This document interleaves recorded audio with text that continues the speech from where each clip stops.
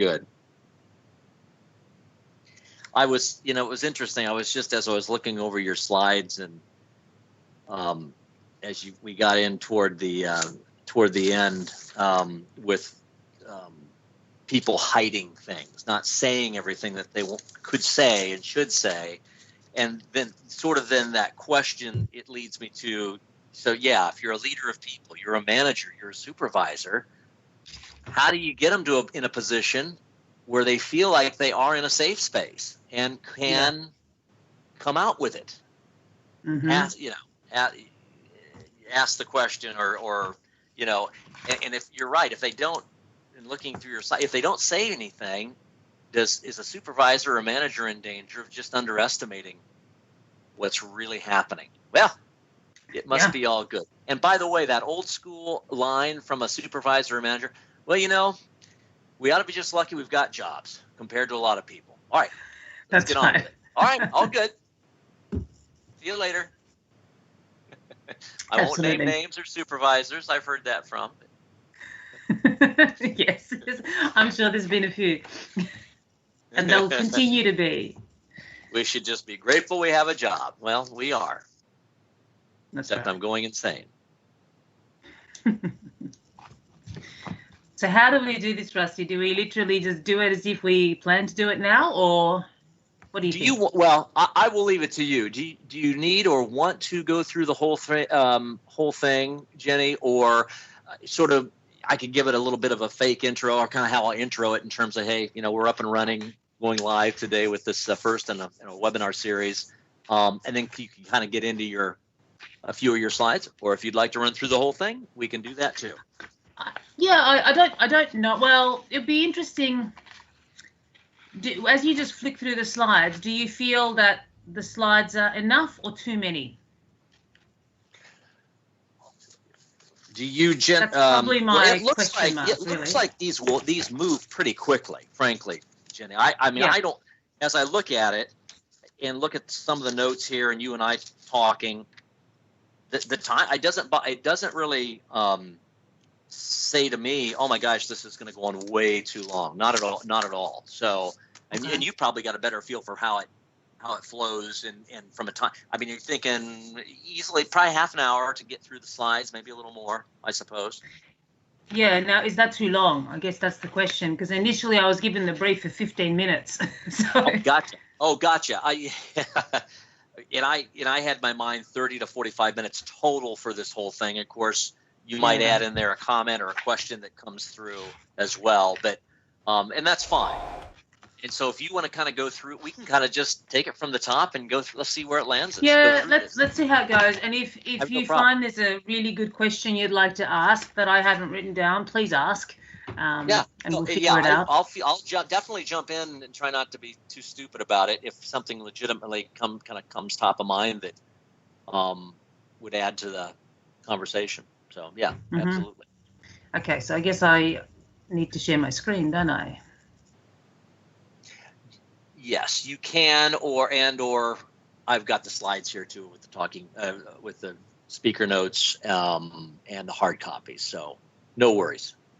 However you want to do. Well, well, if I don't need to share my slides, then I won't for now. You know what they are. That's fine. I'll kind of go. We'll literally just follow along, frankly. Okay. That's fine. And then I'll leave it to Chris and JD to kind of figure out what they want to do from here. Okay, we can just take it from the top, and I can start off on the slides, and then if I can leave it there, and then do you want me to fade up to this 2-shot, and then we'll just start off from there, or do you want me to just go straight to you? Well, I'll give it a little intro. If you want to you can do the 2-shot fine, but I'll give a little intro to welcome everybody, set the stage. I'll start on you.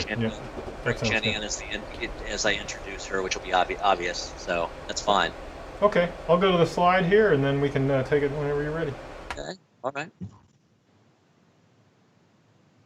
Great.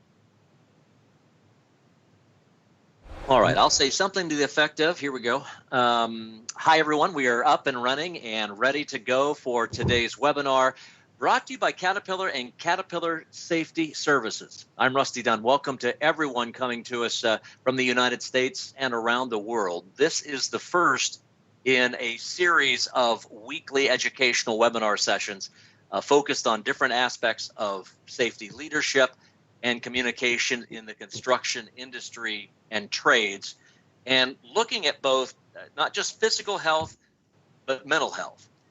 Safety should always be top of mind for all of us, certainly. But as people may be preparing to go back to work, go back to the job site, given the pandemic situation, we think this is timely. We hope it will be educational and certainly helpful. And Caterpillar is committed to providing you with the tools, advice on working your way through the complexities of safety, physically and mentally, and establishing a strong safety culture at your company.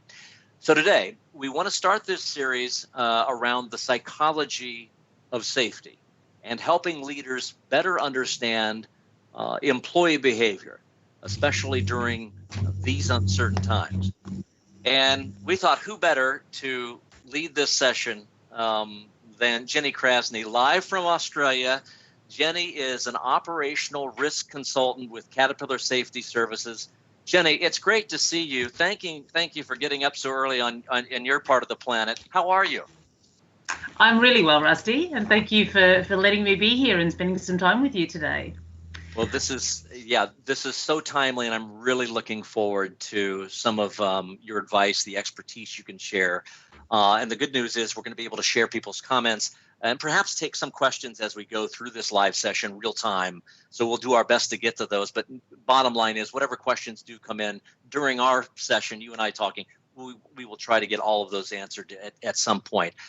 So Jenny, the psychology of safety, take it away. All right. Well, first thing I need to say, Rusty, is I'll probably leave more questions for the audience than answers. So if anyone's looking for the silver bullet, you may be disappointed, but let's give this a shot. So I'm actually going to begin by asking you a question, Rusty, and that is, what if I describe the current context we find ourselves in as a slow-moving nightmare? I think that is probably an accurate characterization. That's an accurate description, at least from where I come from my point of view. But I would say with every bad dream or with a nightmare, I at least wake up. So yes. This is day to day. But I don't disagree with that characterization. It is a bit of a slow-moving bad dream or nightmare, yes. It really is. We certainly find ourselves in unprecedented times. It almost feels like an understatement just to say that, right? So the rhythm of our lives, the patterns that we've become accustomed to have shifted dramatically. And the downside with all of that is we have absolutely no rule book in how to live our lives right now. Perhaps the only rule book we can refer to is Stephen King and a story and a tale that he's told. But few of us have actual life experiences or prior knowledge to help guide us through what we experience when we open the news, listen to the radio, open up our social media. It's certainly a new state of the nation. Would you agree, Rusty? Absolutely. And I think it's the only thing we can do to sort of battle that uncertainty, those things that we can't control. So, in fact, from a personal standpoint, again, and I may not be so different from a lot of people out there, I'm searching for something I can control. I suppose routine, Jenny, might be the word. What can I put in my daily routine and schedule that I can control? And it does make me feel better. Absolutely. So one of the things that we've certainly been finding is people are finding a way to cope. They're finding a way to make sense of their lives. And some of the things, as we look from the outside looking in, it doesn't make sense to us. We're quick to judge and say, why are people doing that in these strange times? But it's a little bit like you say, in unprecedented times, in uncertain times, we latch onto something that resembles normality for us. And that gives us a sense of control in how to navigate to that. And yet the bizarre thing is, what my compass of what control is compared to yours and everybody else's is different, right? So that's what makes it all a really interesting scenario to find ourselves in. But when I say people are doing the best they can, given what we see and what we hear, how would you respond to that, Rusty? Well, something I can say out loud as opposed to myself while I'm driving in the car, perhaps. I would say day in and day out with my routine, what I can control, and with my manager or my leader, and I'm working on something, I am doing the best I can under the circumstances, knowing that at any point the circumstances can change, and just trying to stay flexible. Yeah. That's pretty solid advice, Rusty. We don't have to continue, really. Yeah. Well, thanks for joining us, everybody. Yeah. Right. But, we wish it were that simple, Jenny. We know it isn't. Yeah, that's right. Hey, But Jenny. one of the things that Sorry, this is Chris. I just want to jump in real quick. I'm just trying to listen to kind of how you're going through this here and looking at your slide content and trying to figure out how I'm going to be switching that in and out. So are you going to keep this kind of very conversational with Rusty, and then I'll just kind of work through, or do you have a preference on how we go through it? Do you want to kind of start off each one and then kind of cue me, or do you want me to try to follow along? Yeah, I'll leave it to how Jenny feels, but I know that if she puts up the slide, we could certainly talk over the slide too, or as we're looking at the slide and we're having a conversation. I would think we don't always have to be on camera as we're conversing. I mean, I'll leave that to you guys. Okay. Yeah. Every slide is really light on in terms of how deep I go. As I was mentioning, I was told we had about 15 minutes of content, and then we could really unpack it as we go.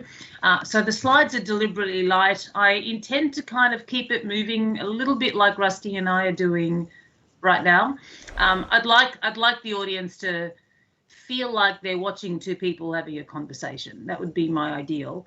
Having said that, as we go into the next set of slides, after the two yellow slides that you see, I get a little bit more into content. So I don't mind if you leave those slides up rather than necessarily switching between Rusty and I. Does that make sense? Yeah, that's perfect. Okay.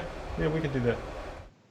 Yeah. And then there's slide 16 that has 15 and 16 that particularly talk about some key elements of psychological safety. They're the ones you might want to leave on the screen just that little bit longer. But the rest, I don't mind if you flick back and forth just as you feel you need to. I haven't scripted it that precisely. No problem. Okay, yeah, I'll just try to follow along as best I can here. I won't, especially the shorter ones, I won't leave them up too long, and then I'll just kind of go back and forth between the two shot as you're kind of in the conversational part, and just kind of work it through that way. And by the way, Chris and Jenny, Rachel Wallace just pinged me here just to mention up front when I introduce you and as we get into what we call the psychology of safety. She said maybe we should do a little more setup around psychology and what we're talking about. So that may be as simple as, what do we mean by that when we say the psychology of safety? So maybe you can peel back a layer of that, Jenny, to kind of help set that up. FYI. Okay. But it's a good point, Rachel. Yeah, we'll do that. Yeah, absolutely. Okay. All right, so I'll leave it to you where you want to pick it up. Common sense ain't common slide or something like wherever you want to pick it up. Let me go there.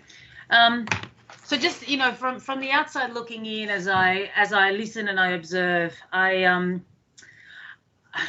things don't look like they make sense, and it's really interesting because one of the statements I've always been told, whether it's related to safety behaviors or how to do things, I often get told, well, it's just common sense. Although, given where we find ourselves today, common sense isn't that common. It really is the sense of we're all trying to make sense of where we find ourselves in, and we don't have a common denominator on which to anchor on. So while if I play with that adage for a while, if common sense ain't that common, one thing that is common is at least how the things that connect us, how they're expressed is what's different. And they're the things that we're really grappling with. Why are people doing what they're doing? And so Rusty, you'll know this. You've certainly heard a few conversations around the traps. When the brain is presented with a threat, it typically responds in two ways. Fight or flight. Perfect. And so you could imagine that we've seen a bit of fighting with the requirements that we have around staying indoors, wearing masks, keeping our distance, but we've also seen some running away. Ultimately, people wanting to enclose themselves in their own buildings, not venture out, some people even switching off the radio and the social media in the hope that one day they wake up and life is back to something that resembles normality.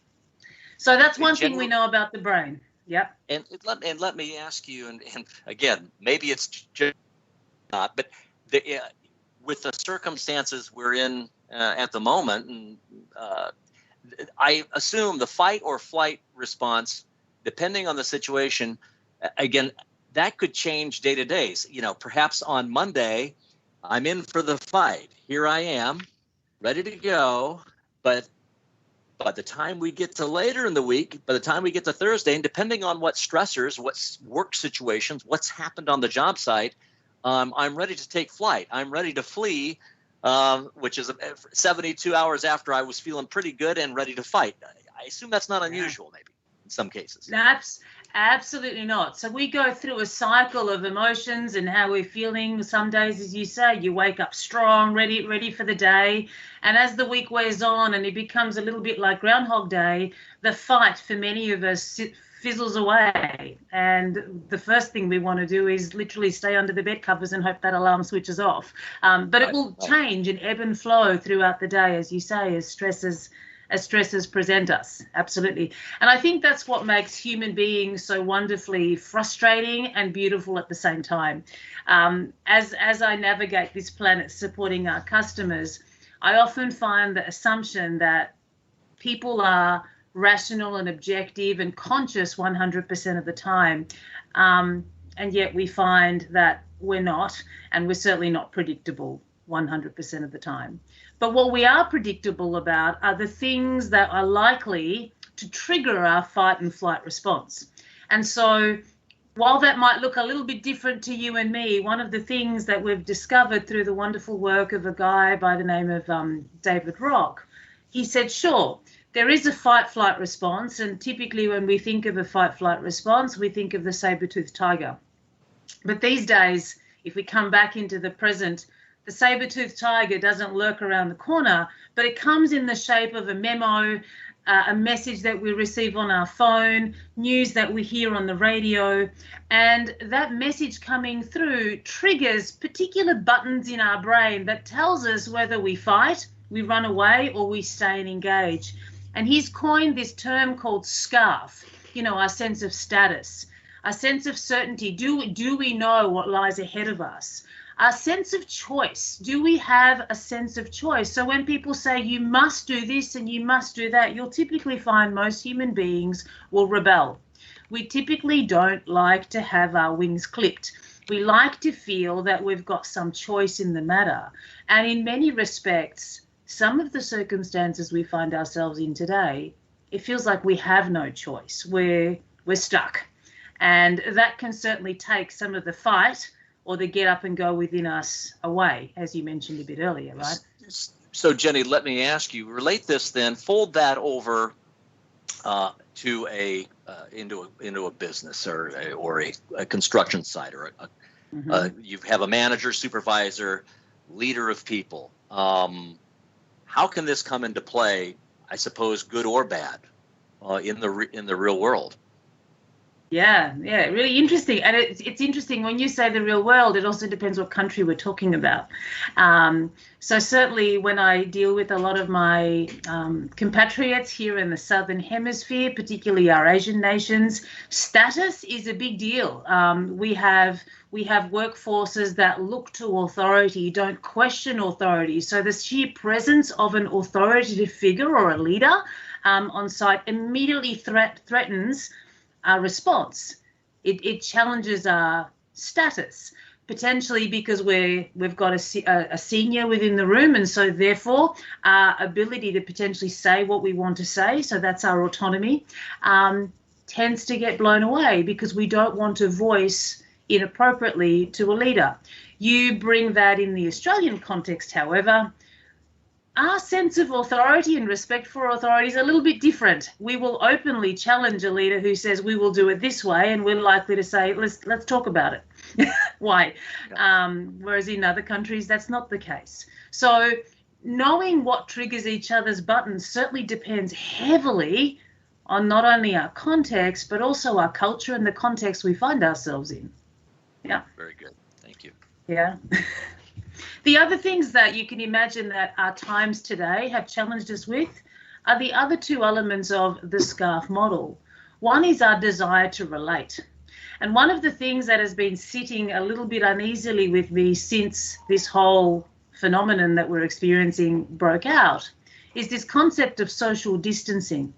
And my argument is that maybe we need to be certainly physical distancing, but one of the things we've learned about human beings is we love to relate. We need to relate. Relating to others gives us a sense of belonging and being part of something. And so the moment people say, well, we need to socially distance, we start challenging our relational needs. Because we are social animals. I mean, that we can't necessarily change that. It just is. That is, yeah, it absolutely is. We get our sense of belonging based on where we find ourselves in relation to others. Absolutely. But see, that's something we all have in common. We express them differently, 100%. I relate to my colleagues and I see fairness in a different light to you, but SCARF is something that is common. In a world of things aren't that common, that's one thing that we know about human beings that is common. The other thing, of course, what is common is as the information comes through our brains and through our bodies, there are some bits of information that you might notice, Rusty, that I don't. Things that I listen for and look for and sense that I am more likely to be attuned to and pick up than others will. And so the other thing that we know about human beings is we are likely to attend to information that is dippy. So dangerous to us, important, pleasurable, or interesting. And it's pretty cool about how the brain does this. So if you consider for a moment that every 18th of a second, there's over 13,000 bits of information flooding our brain. If you were conscious to all of that information every 18th of a second, I think we would find both of us in a straitjacket rocking in a corner in a room. Yeah. Right, on a good day. That's right. On a good day. We cannot consciously process that amount of information. So our brain has a filter and says, pay attention, don't pay attention. And that filter, of course, looks different for me and you, but it essentially says, of the information coming into your brain, let's kick some of that information up into the conscious so you can do something with. So, Jenny, let me ask you this, and as interesting as that is, if you take SCARF and Dippy, as you call it, and that's common amongst us all, talk about why then you respond one way, I respond another. We respond so differently to something. Yeah, 100%. So one of the things to consider is something that's not common to all of us. While we might all experience the world, and a number of us might experience the same thing in the world, be in the same location, how we interpret that information, how we take those bits of information and fold them into our brain is different. And it's certainly our upbringing, what we've been exposed to in life, peer pressure, history, schooling experiences, work experience, I could keep going, right? But it's certainly all of that has shaped how we interpret the incoming information. And therefore, you might see someone jumping out of a perfectly good plane, and that's exciting for you because the idea of skydiving is fantastic. I might see someone jumping out of a perfectly good plane and think, no way. Why are they doing that? Is the plane falling out of the sky? And so, again, relating back to as a leader at your business, or you're managing other people, I assume you're making that the other point being, these are the things you have to realize and pay attention to in order to, because you're not managing, thus not managing everyone the same. It just doesn't work that way. Absolutely, Rusty, I think you've nailed one of the major key messages in this whole conversation, is that we're all different, and we crave some sense of familiarity, we crave some sense of constancy, but you won't get that from people. We are different, and how I feel now versus how I'll feel in 15 minutes time even can change, let alone the fact that I come from a very different walk of life to you and lots of the members in our audience. And so the fascinating thing is, the same event, while on the surface can appear incredibly neutral, can trigger negative, and for some people very positive, and some people very neutral emotions. And as a leader, it is to be able to understand who are my people and who am I leading.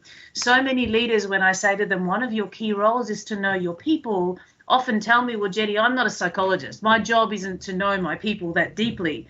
No, and I'm not asking anyone to become a psychologist, but certainly understanding where your people have come from, the context they've grown up in, the hardships and the successes they've had in life, certainly frames how they respond to the requests we make of our people. So knowing your people is absolutely key.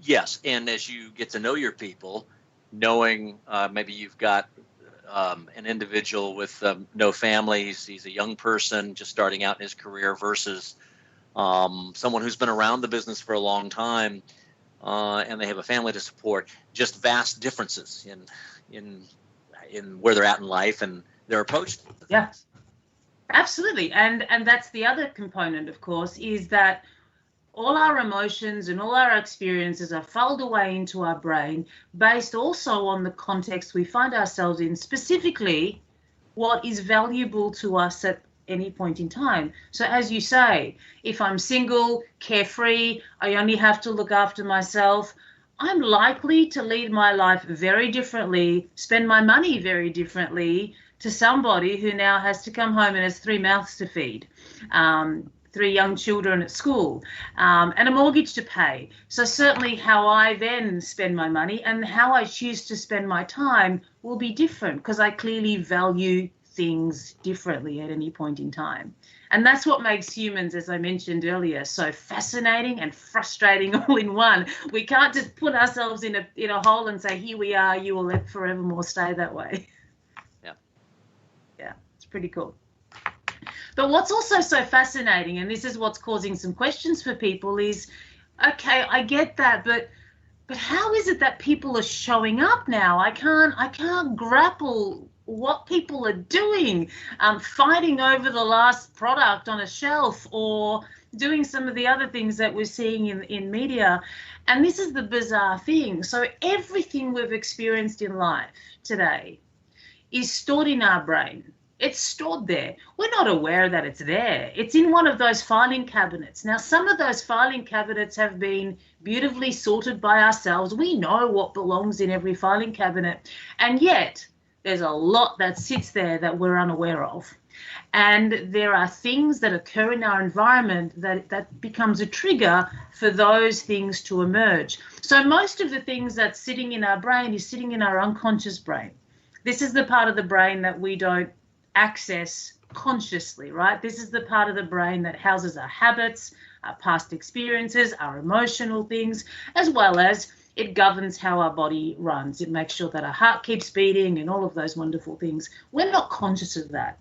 And in the moments when stress presents itself for us, or a threat is presented, sometimes as we react, because that's our natural tendency to react first and then think later, sometimes we see things emerge that we don't expect to see. And they not only become a surprise for the people on the receiving end, but they become a surprise for the people themselves. Sure. And we're seeing a lot of that right now.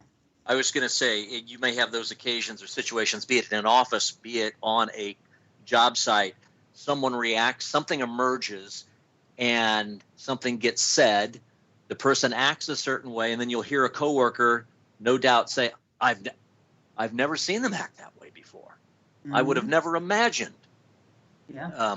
I would hear them say those words or react the way they are. Total surprise. Is that sort of an example of maybe how something might come out? Yeah, 100%.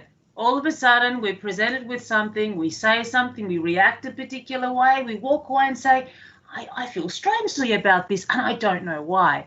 And they're wonderful opportunities to let's unpack that and maybe explore why, how, where's that coming from.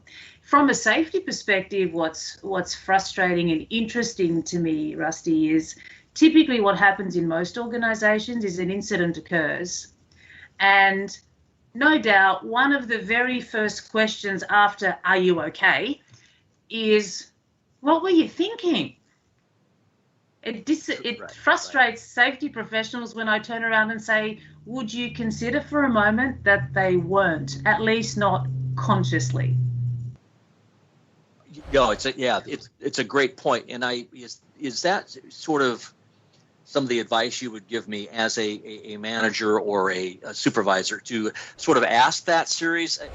Something occurs with a person, one of your employees. Do I then begin to sort of go into it with a series of questions to get more from that person? Hey, Rusty.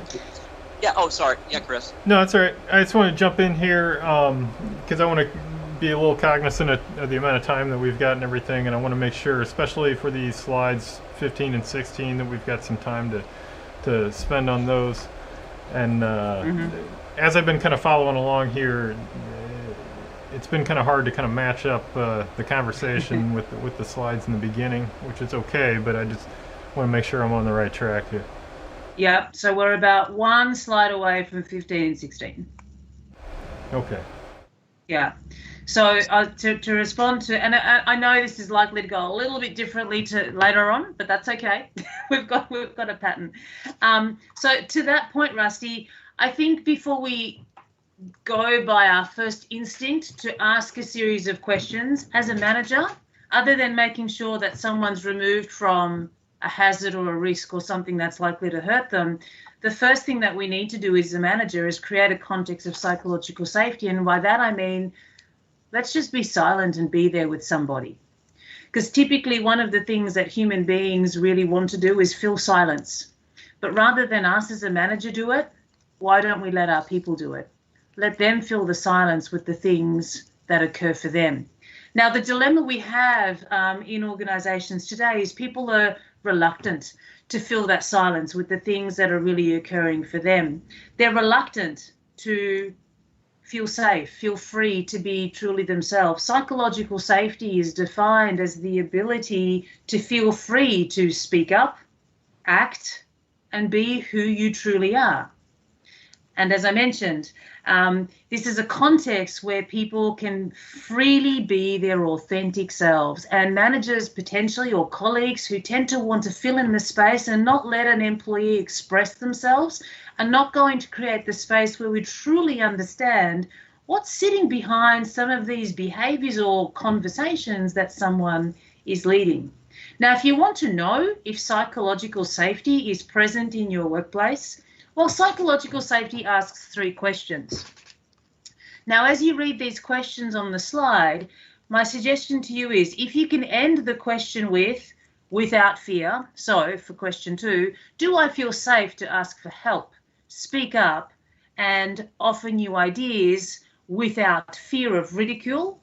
And if you can say yes to those questions, then you're onto something. There's something great in your workplace, and it would be ideal to be able to understand what are the ingredients that are present in your work environment that invite these kind of conversations, these kind of behaviors to emerge. However, if you're in a space where you hesitated to say yes, or said, well, sometimes, my question to you is, who are you people? Who are your people, or who are you being as a leader that's getting in the way of people being able to be authentically themselves. So, I'll just let you keep going, Jenny. Go on. I'll let you. Yeah, I was going to say, there was just a comment that came through in terms of trying to get a little bit more structure, and we could start over to see how the flow goes. But I'll kind of let you guide us with those slides, and we'll stick to the speaker notes that you have, and on my prompts, I'll jump in. But we won't. Yeah. Okay. It may have been a little too disjointed, not as focused with our back and forth. So I'll let you have at it with the slides and the speaker notes, and then come in. Not prompted. Okay. All right. So the next slide says, why does that matter? Well, can you just imagine an environment where people are hiding, people are fearful of bringing up the things that matter to them? Imagine the psychological cost and the social cost of trying to forge ahead while housing those fears and anxieties of what's really going on. Here, at least, is why bringing psychological safety to the fore matters to me, and as leaders, particularly in uncertain times, matters to you. Now, depending on what research you look into, you'll get different numbers, some citing 1 in 3, others 1 in 5, and this one looks at 7 in 10. Either way, to know that there is such a large number of people feeling unsafe to speak up, show up, and be their authentic selves is staggering. That's a lot of things that are absolutely going unsaid. Those things that are going unsaid certainly could be new innovations and new ideas and new solutions to problems we face. But that's also a lot of things that are going unsaid, a lot of hiding, and a lot of misunderstanding going on, and assumptions being made about people themselves and certainly those around them. So to end on this note, for now, we find ourselves walking on uncharted territory. There's no map and there are no directions. There's only us and the things housed in our brains. No one is right. No one is feeling wrong. Uncertain times call for us to suspend judgment, think beyond ourselves, connect, and create the space for learning and support. Psychological safety also calls for compassion and forgiveness, especially when people respond in ways that do not make sense for us. There are many reasons why people show up and behave the way they do. If we keep jumping to conclusions and filling the space, we'll never understand. And as you said, we are in uncharted territory, and day-to-day things can change certainly. And Jenny, it's great information. One thing that I might ask, as leaders of people, a manager, a supervisor, what would be your advice in terms of how they themselves can get into a position to help employees get to that point of it being in a sort of safe space, so they're not hiding anything. They feel comfortable enough to say something before they're asked, but perhaps as a leader, not to underestimate trauma or anxiety or fear that an employee may be feeling. What would you advise them? What would you tell them? That's a big question. So there's a few ways we can look at this. The first place I'd start with yourself. So as a leader, to ask yourself honestly the question of, how am I showing up? What am I not showing up? How do I respond personally when I'm presented with difference, with opinions that differ from mine, with circumstances that potentially challenge my value set? How do I react? And then becoming aware of my reaction and knowing whether my reaction is appropriate to surface or not. Because one of the worst things we can do as a leader is diminish someone's feelings or someone's anxieties, as you mentioned, Rusty. Just because I haven't personally experienced that does not invalidate that other person's experience. So if I roll my eyes, if I curl my lip, if I turn away, if I twitch or I throw an aside comment out that sends the message that your opinion doesn't matter, that's a good place to start. So then take this a step beyond that, Jenny, how would you connect that to job site safety? It's very much the same way. We have initiatives all around the globe that are very similar, which lean on or rely on employees speaking up. See something, say something. Notice something, report something. It's common. Speak up, show up, act. Those things are all around the world.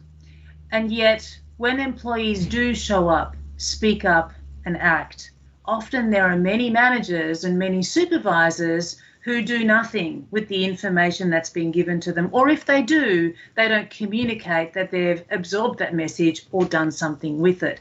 So from a safety perspective, absolutely, as people bring things up, as a minimum, please acknowledge it. If you can then act upon it, then do so and let people know that you've done so. If you can't act upon it, let them know. But when emotions and feelings are expressed, also acknowledge that they've been shared. And while certainly we're not asking you to say, I understand, because I guarantee none of us understand as deeply as the person feeling it, we can certainly empathize and recognize that for them to share that was courageous. Yeah, excellent advice, Jenny. And I assume at this point for Chris, Rachel, whoever else is listening in, we may have some additional comments coming through or questions as we get to this point. And Rachel says yes. Okay, I'll assume that we'll probably have some questions, whether they're coming from you guys direct or someone asking that question as they watch. So we'll be left with plenty of time. So Jenny, I might, so, can we start from the top again? Sure. And what I'll do is once we get finished with sort of the QA, we know we're up, our time's about up, I'll remind folks that this is a series, these webinar sessions and materials, and I know that you'll have also, we've got a slide there at the end for more information, cat.com/safety, and then your contact there. So we'll make sure we work that in, and then say so long.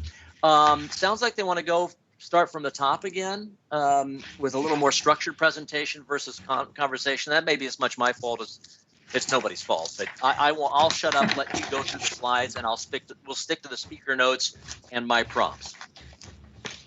Okay. I'm actually quite happy if there was an opportunity for you to jump in where you see one. So how will I know that you want to jump in? Well, I'll kind of give a little. You'll hear me.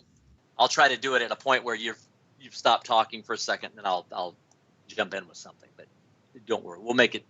But I'll give you an opportunity is to let the slides get into their flow a little bit and let the structure come out. So that's fine. Okay, so we won't go through it again. I'll give the intro and all that. Introduce you, Jenny, as the operational risk consultant with Caterpillar Safety Services. Just ask you how you're doing and make sure we're good with sound and things. And also remind folks that their comments, questions can be shared. And so again, psychological safety. I'm going to give you the opportunity to sort of set that up with Jenny before we get into your presentation. What do we mean when we say psychological safety as you look at it?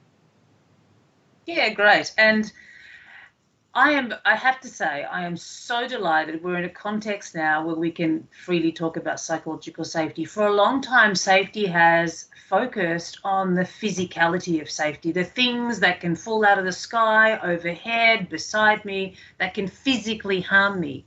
And while there's a lot of work that's gone into that space, for a long time what's been neglected is the fact that how I show up and how I maneuver my body is also heavily influenced by what's going on in my head and how safe I feel to act in the ways that are right and encouraged.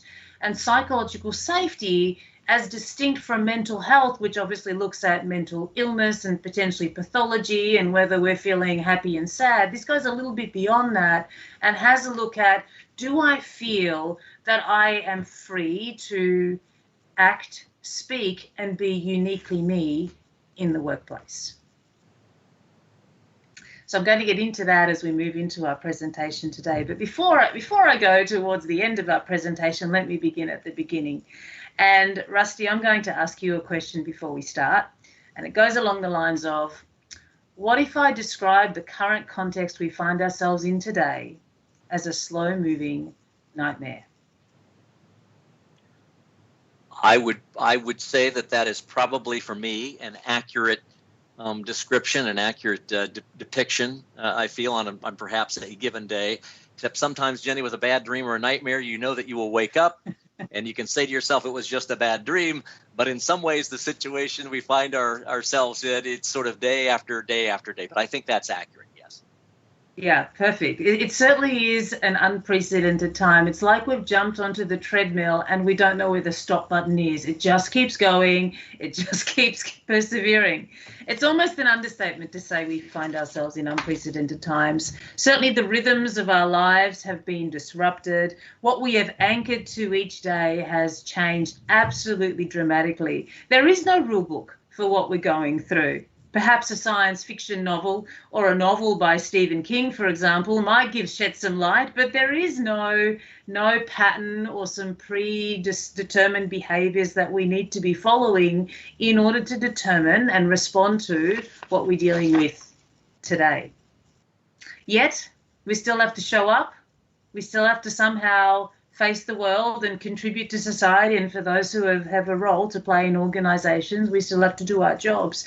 And while people might not be responding in the way we expect them to, everybody is doing the absolute best thing they can to get through. When I say that though, Rusty, what jumps up for you? First of all, I would acknowledge I've read a lot of Stephen King novels. So I know what you're talking about a little bit. I get it. And I think that's the only thing you can do in terms of doing the best we can. And for me, and perhaps for others, with the uncertainty, with things out there that you can't control, for me, it's routine, would be finding my routine, finding that schedule that makes me feel comfortable, gets me feeling productive, where I want to go out and get after it. It's a great question, which may have a lot of different answers depending on who you ask. Yeah, absolutely. One of the things that has certainly guided a lot of workplace discussions, whether it's to do with safety or whether it's to do with just how to do things, is a supervisor that says it's just common sense. Come on, just find your rhythm. Everyone else knows how to do it. You'll slot in. Although, as you say, as we look around, everyone's trying to find their sense of common sense. They're trying to find their sense of control. They're trying to find something they can anchor to, and yet everywhere you look, people are responding in ways that don't make sense for us. And I think Will Rogers had it right when he said, common sense ain't common, because if we were all doing it, we'd be doing things the same way. But having said that, while common sense isn't common, there are common things in terms of what we anchor to, but what's different is how we express them. So let me embark a little bit on the journey of the brain, Rusty. One of the things you probably encountered in your working life is that our brain is a magnificent thing. However, when it's presented with threat, it typically only knows one or two ways of responding. I know those two directions, fight or flight. If I have that right, and some days it may be fight easily, and the next day it may be flight. Absolutely. And it can change from moment to moment. And for all those people who are looking for some predictable responses from people, it ain't going to happen, because it can look different to the start of the week, the end of the week, at the start of my day, or at the end of the day. Certainly throughout this period, we've seen a bit of fighting, certainly, whether that's against the need to remain at home, whether that's to whether we wear a mask, or who's really deserving of the last product off the shelf. We've also seen some running away. We've seen people lock themselves up into buildings and not want to emerge until all of this goes away. We've also seen people lock themselves up in what they say and how they express themselves. Do we keep going? And I think that flow is better. I'll just kind of let you, and I saw us on the screen, Chris, but I don't know when and if you'll put the slides up, but it felt better. We'll see what. Yeah, I thought that was good. Okay. So when we do the webinar live, will you be presenting the slides, Chris, or am I doing that? No, I'll be doing that. Okay. All right. Was that comfortable, the rate I was going through them? It? Oh, I'm sorry. Go on. I said in the beginning there for those first few where we were just kind of moving right through them. Was that a okay way to do it for you? Absolutely. They're not intended to sit and linger for Sure. too long anyway. Yeah. The only lingering slides really are the ones I mentioned, 15 and 16, and then potentially 18. Okay. Yeah. And where appropriate, Jenny, I'll try not to interrupt, but again, as I get notes from Rachel, and this is spot on. We'll always try to kind of bring this back and relating it to safety and leader actions and sort of that practical application for workplace safety. So we may go back to that several different times, maybe in a slightly different way, prompted off slightly different information. So that's absolutely fine. Anytime we can circle back to that, we will. A good point. Yeah, and I like the idea, Chris, that you're running the slides, because now I can see Rusty. If I'm running them, I can't see anybody, and so when I look at the screen, I can see Rusty wanting to open his mouth. It's like, okay, I'll stop. So no problem. Yeah. And I think from a timing standpoint, it sounds like I saw the note here. It looks like that, yeah, there's 30 minutes of presentation time, not 15. Oh, okay. So we can let that breathe a little bit. And I don't think we necessarily have to feel like we're rushing. And I would, excuse me, and I would assume, maybe Rachel, this is a question for you. If Jenny's on slide 11 with something and someone weighs in, a participant, a viewer, has a comment or a question, I guess I'll take your cue on whether we should deal with that question right there on the spot or save those to the end. We just kind of see what the question is first of all and how you want to deal with it. Yes. Yeah. She says, yeah, yes, we'll send them. Very good. And I don't have to monitor comments. Good. Okay. Very good. That's fine. And the more questions, the better. That always solicits something that, that we may not have covered. So, and we'll choose what you should answer. The intent was always to get people a little bit inquisitive and curious. So my intent was never to go deep into the slides. Let's touch on a few things and see where that takes the audience. Okay. Mm-hmm. So, do you want to keep going, or? I think certainly as we got towards the latter end of the deck, we got structured. It was just the start as we kind of were backing and forwarding that. Yeah. And I'll back off that a little bit and just let the slides flow and your talking points, and then I'll work my way in where either prompted or if something naturally comes up, I'll sort of gently come in with a little follow-up. Yes. Yeah, and I certainly appreciate the prompts around. So I like what you're saying. Let's link it back to something. I really appreciate that. Well, yes, and Rachel's point, pinging in here, just making sure that people come away with tangible things that they can do based on what we're talking about. So, yeah, which I think on those last slides, there's some really good meat there for people to talk about. So. Yeah, and when we get to the scarf and the dippy slides, so Chris, that's the one with the brain and obviously the light bulbs. We can play to that a little bit more. Now, the only downside is I've got a bit of a flow in my head, but I don't mind. We can certainly unpack that and go, okay, so if scarf is common to all of us, as you mentioned earlier, Rusty, how does that play out in an organization? So I really like that question of also what does a supervisor, yeah, that's the one, Chris. So what does a supervisor do or a leader do in this regard? What do they need to be mindful of? So certainly that's a really good one. When I go to the dippy slide with the light bulbs, I'll also possibly linger on that one. and talk about, well, most people when they see this slide, they get really excited as leaders and say, wow, if I make everything dangerous all the time, then certainly that guarantees that people are likely to listen. Now, the reality is of constantly playing on danger floods the brain with the stress hormone of serotonin, essentially rendering our listening and our hearing and our seeing as pointless. We're not receptive when our brains are flooded with stress, right? And so the encouragement here for leaders is certainly, as you're trying to get your message across and instill a sense of safety, or at least a sense of understanding, make your message important, pleasurable, and interesting to the audience, not to yourself. So that will go back to your point earlier that we spoke about, Rusty, around the importance of managers or leaders knowing their people. But I mean, really knowing them. Very good. Yeah. Okay. That was excellent. And then the rest will go pretty similarly to how we just described it. Okay. And I'll jump in. Yeah, Rachel said stuff like that is gold. Yes, I would agree. Okay. Very good. And as we get to the end, do you want me? Should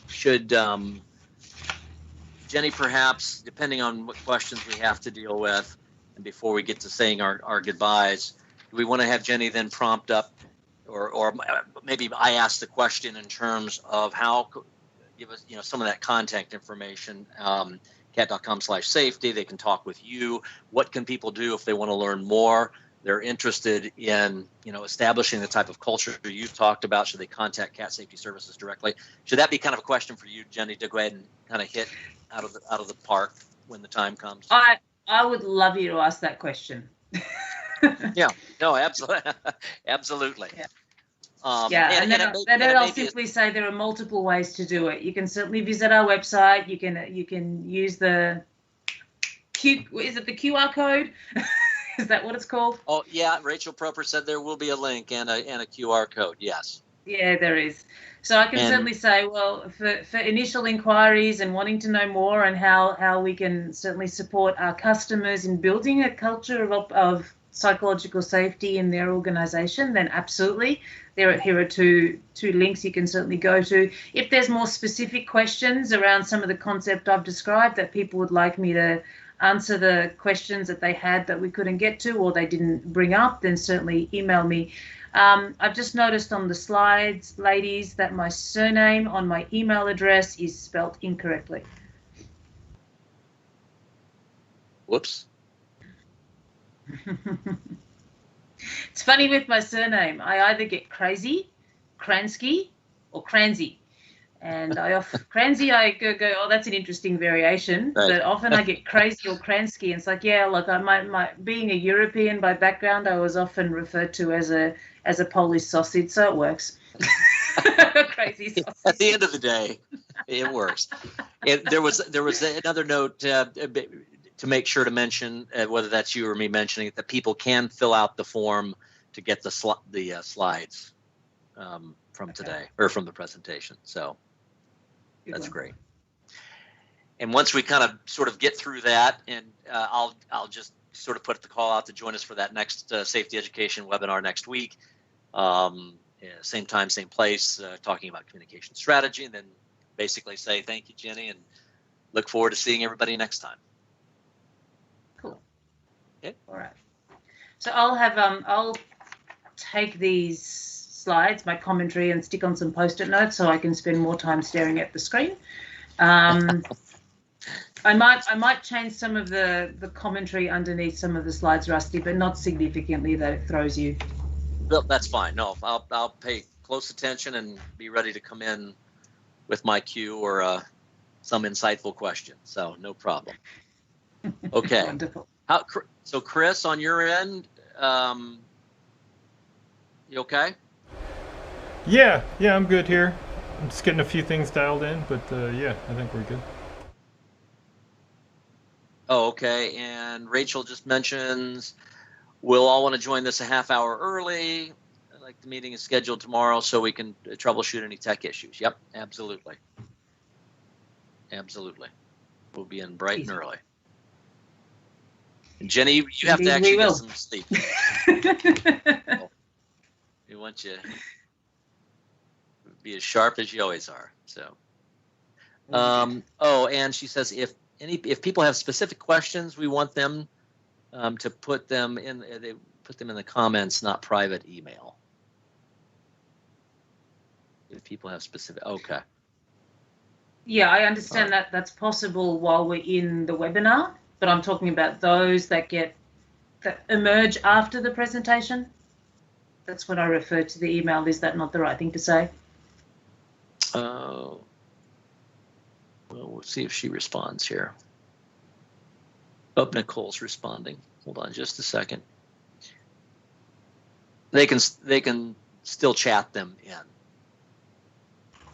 and they'll route them, and then behind the scenes they'll route them to you. Okay. Perfect. You should be covered. Okay, very good. Yeah, absolutely. Yeah, Rachel just mentioned we want as much engagement as possible on the video, so of course. Yep. Okay, easy done. All right.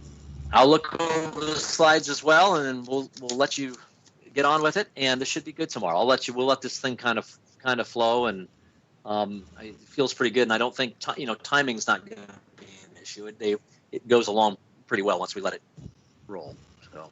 Okay, sounds good. Thank you, Hey, team. yeah, thank you. Anything else from anybody? I think I'm good over here. All right, we will see you tomorrow morning then, Rachel, Nicole. All right, they're good. All right, look forward to it. Thank you, Thanks, everybody. Right, see ya. Take care. Bye.